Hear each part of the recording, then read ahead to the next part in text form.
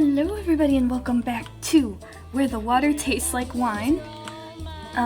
So before we go anywhere, I just want to say thank you guys so much for 100 subscribers. It's crazy! I never thought I would reach it.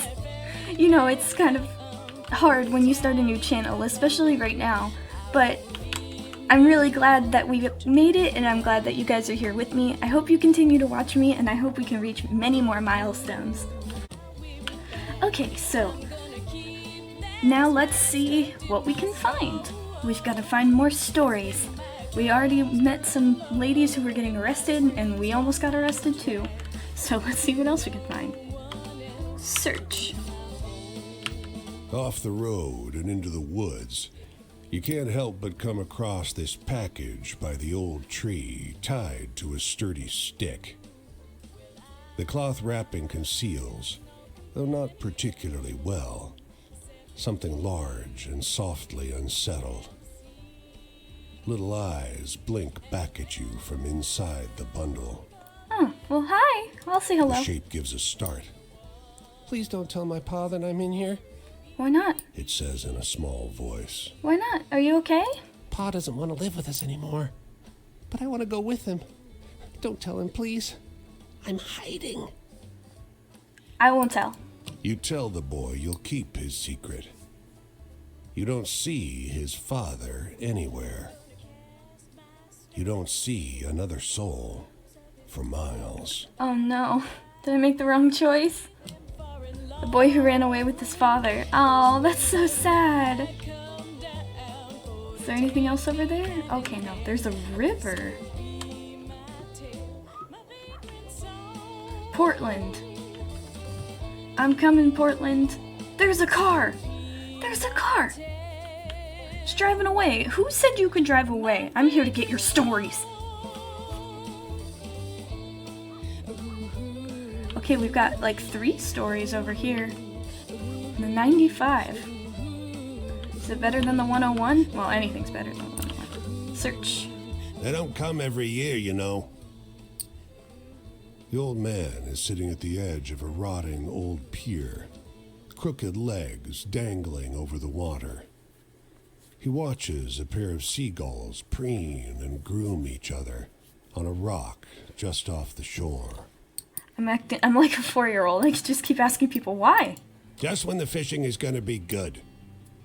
He taps great, black, thick globs of spent tobacco out of a huge ceramic pipe.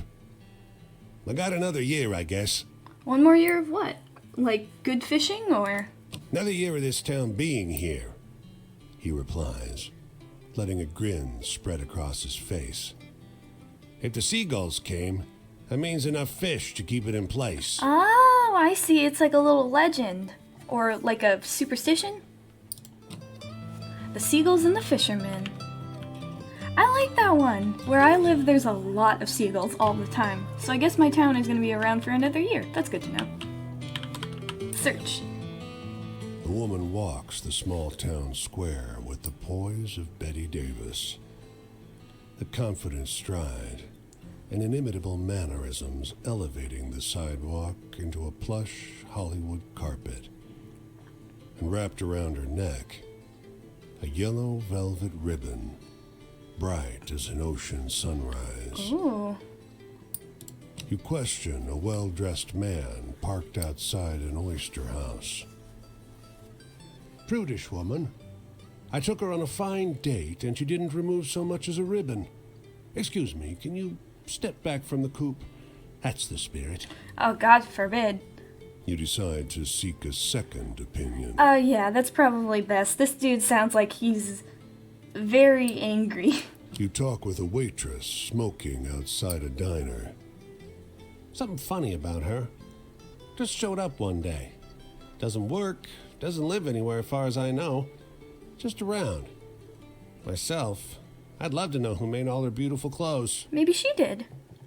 We won't find out unless we ask. Approach. You ask the woman if you may join her at a public bench. You may. Lovely outside, isn't it? Her eyes are a beautiful shaded brown. Beneath the yellow ribbon, a thick, fibrous scar wraps around her throat. Oh. Weather like this, it reminds me of Paris. Oh, the elegant woman in the small town. I wonder how she got that scar.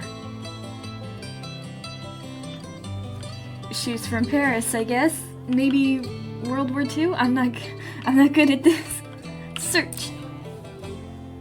You can see storm clouds on the horizon, and you don't relish the thought of being caught wandering this rocky seaside road in the rain.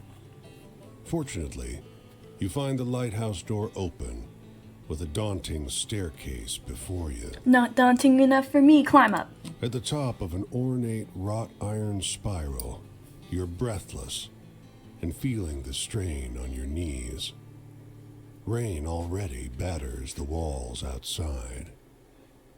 You can only knock on a heavy wooden door leading into the upper level. Muffled voices and light seep in beneath the door. Ooh.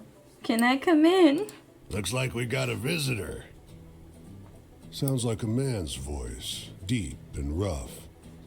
Well, behave yourself. I'll open the door. Another man, this one with a higher, more sonorous voice. I always behave myself. He feigns indignation, but his tone betrays affection instead. Oh, okay. So they like each other? After a moment, the door unlatches from the inside and opens. The man before you is tall and muscular, with a hint of a paunch beneath his wide chest.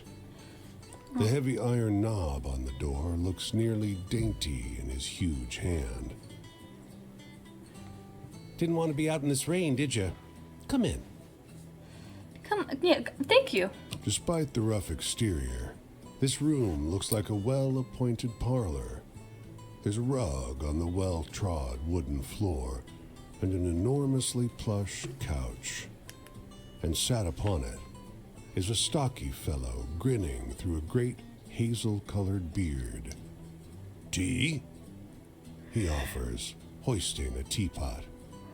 Been here long, or it must be lonely up here. I want this one. Oh, we manage. The tall one sits on the sofa, casually wrapping an arm around the other lighthouse keeper. Oh. The quiet suits us just fine. He needs his quiet time. He's a writer. The tall one grunts.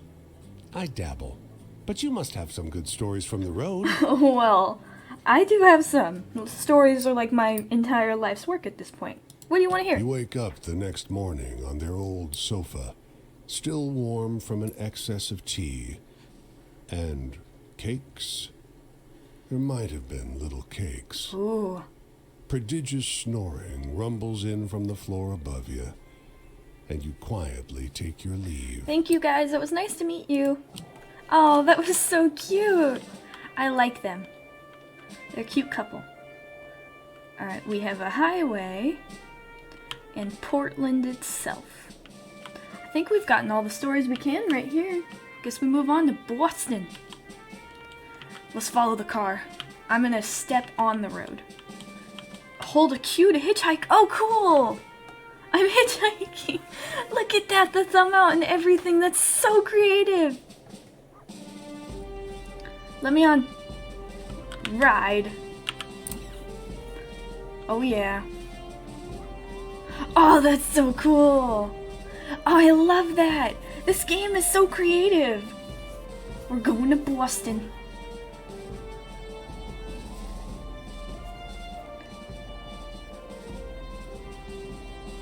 Hello? I am here. I am here. Oh, Boston is big. It says enter Boston?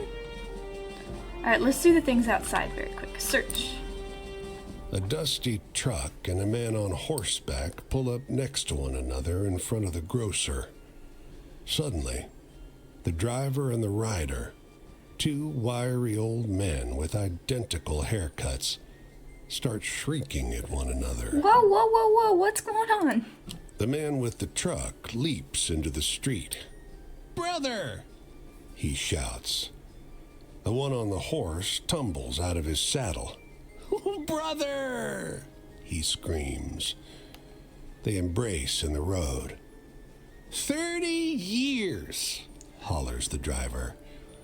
The rider, tears streaming down over his face, corrects him. No, 32! Oh, they haven't seen each other in that long? Oh, wow. Everyone here is watching these two older men cry and hug one another in the middle of Main Street. Cars and wagons are backing up. People are yelling. Take a photo of us! The driver begs you. Starts hauling a tripod out of the bed of his truck. Let's get out of the road first, guys. I don't want you to get hurt. As you usher them onto the sidewalk, the driver says, Joe, I thought you were dead. The rider freezes. Joe? He blurts. I'm not Joe. The two men stare at one another, each slowly recognizing something alien in their mistaken brother's face. Oh no. Oh no, it was a mistake. What about their brothers? The two men who mistook each other for his missing brother. Oh, but where's their missing brother? That's kind of sad. Alright, what about over here? I see a fedora, I think. Okay, search. His clothes are expensive, but unkempt. A tailored jacket stretched and warped out of its best fit by long days on the road. His thinning frame weighs down the boxcar next to yours. You got a light, friend? Ah, sure. You offer a match, which bends and nearly snaps as he scratches it against the pitted iron edge of the boxcar. Thanks, he mumbles, perching one last cigarette on his lip. So, where you going? Where you headed? Don't rightly know where I'm going. You notice how deeply wrinkled his clothes are. It's as though a huge hand plucked him from a high society party and crumpled him up like a sheet of paper. Don't rightly know how I got going either. Oh, interesting. So you're like a drifter? You don't really have a place to go. Why? They built a railway just past Missy Hudson's estate. Damned racket ruined our soiree. Might have been a few bottles of Armagnac too many when I walked down the tracks to tell them to keep it quiet. He drags on the cigarette, but you never see him exhale. You might want to do that. Smoking is bad for you. The last bottle of Armagnac. So he's just chilling, I guess.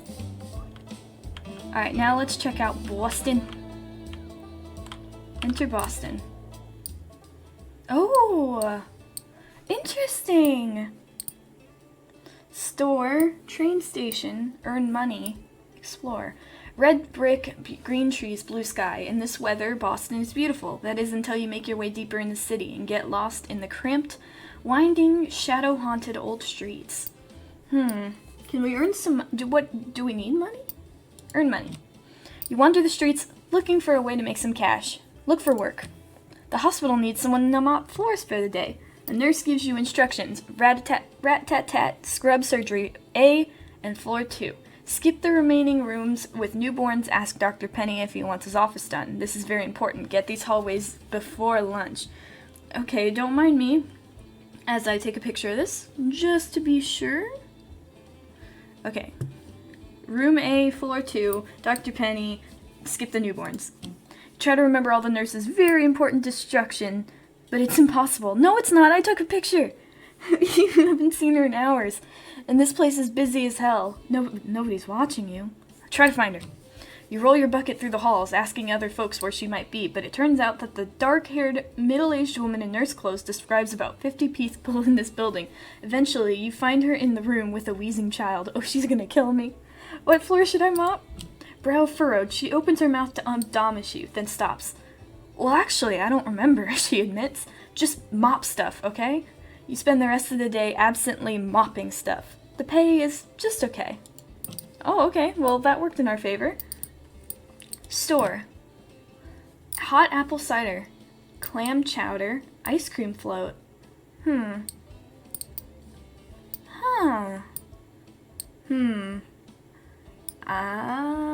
Oh, this adds Z. This adds heart. What is those? Let's not buy anything just yet. Let's explore. This city is like no other you've been to. Crooked streets splay out in a maze of narrow passages, no two alike. Soon, you find yourself in twilight, utterly lost. Bright light crests around one corner, a car approaching. What's a taxi? I'll hail the taxi cab. Compelled by the cold and foreboding night, you don't question it as you drag your bones into the cab. But you realize immediately how strange the vehicle is. It's a sleek thing, like a shallow parabola gliding over the street. Look at the driver. Where to? He asks. You have to stop and think. Eventually, you name Boston Common, the only landmark you know in this town. He peels off silently. You feel the car move before you hear the engine. What an odd cab. Let's look out the window. Let's roll down the window and put our hand out and let it glide in the wind. He takes you through ever odder streets, flanked by painfully clean, gleaming buildings and signage for businesses you don't recognize. Even the air seems different. It doesn't smell so sharply of gasoline and coal. Eventually, you come to a stop. Thanks for the ride. Pay. The fare's in glowing numbers above his dashboard. It's much too high. Surely a mistake. No charge, he insists. You look like you need a break. And then you find yourself on the curb at Boston Common, under thick moonlight, in a city much as you'd left it before. Oh, that was nice. Thank you. The odd silent taxi cab in Boston. Interesting.